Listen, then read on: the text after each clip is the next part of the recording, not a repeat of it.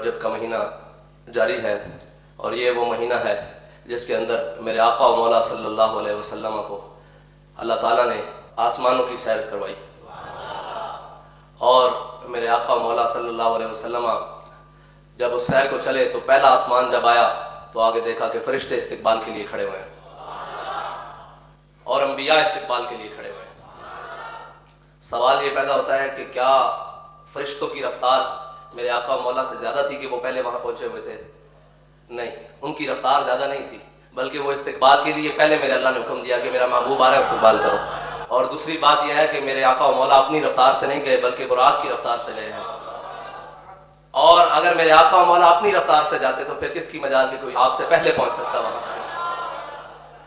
वो कहा ना कि जिब्राईल अमीन रह गए राह में, अर्श आला पे पहुंचा हमारा नबी।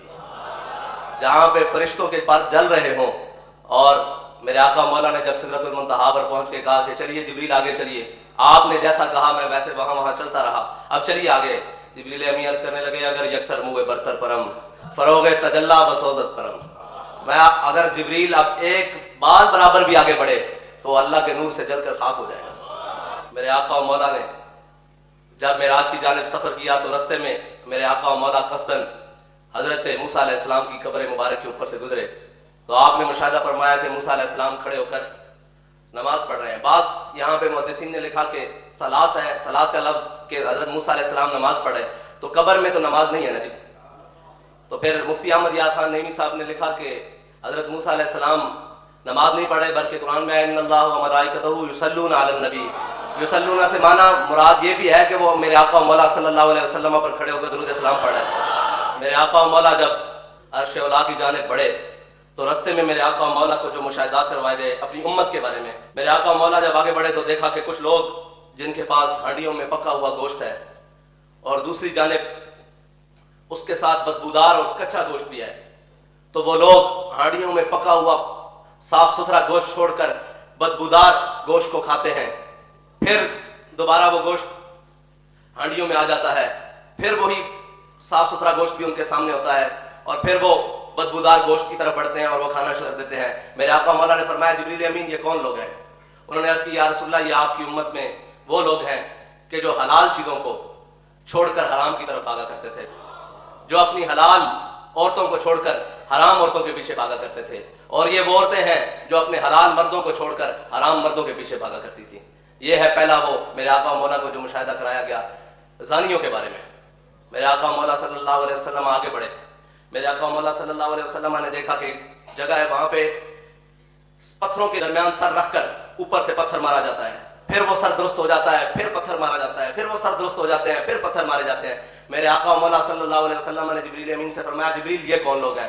कहा हुजूर ये आपकी उम्मत के बेनमाजी हैं जो जानबूझकर फर्ज नमाज छोड़ देते थे और जो जानबूझकर फर्ज नमाजों में कोताहियां करते थे।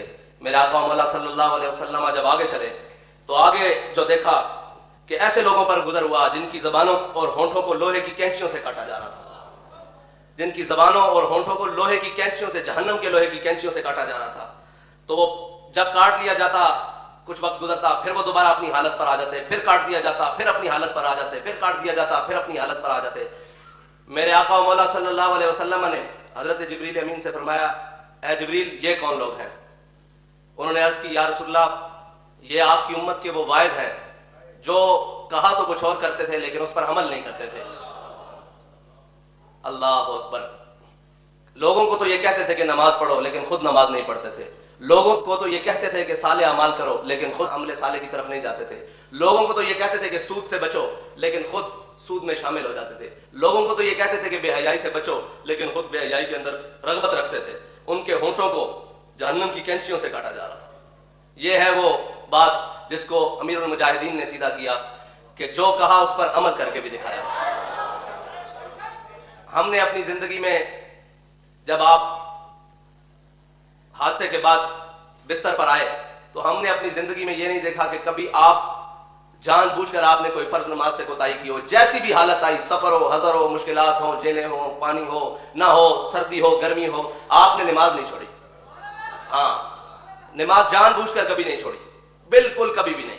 और जब कहीं आ गई आप फरमाते थे हमारा काम है सजदा करना, मालिक का काम है वो कबूल करे ना या करे। تو سجدے کری جا، کسی نہ کسی دن تو وہ تیرا قبول کر لے گا نا۔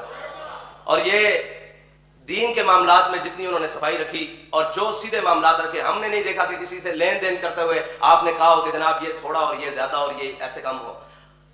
ایک ہم پروگرام میں جا رہے تھے کہ رستے میں ایک ٹول پلازے سے ہم گزر گئے، تو صاف ذرا رش تھا، ہم نے ٹول پلازے کا وہ جو پرچی ہوتی ہے وہ نہیں دی، تو آپ نے آگے گاڑی سائڈ پر کروا کے فرمایا تم حساب لگاؤ کتنی گاڑیاں ہیں۔ میں نے کہا جی اندازاً 25-30 ہے۔ فرمانے لگے یہ پیسے لے جاؤ، 50 گاڑیوں کے پیسے جمع کرواؤ، تاکہ کل کو ہمارے اوپر ہمارے سے یہ سوال نہ ہو سکے، ہم اپنے معاملات کو سیدھا رکھیں۔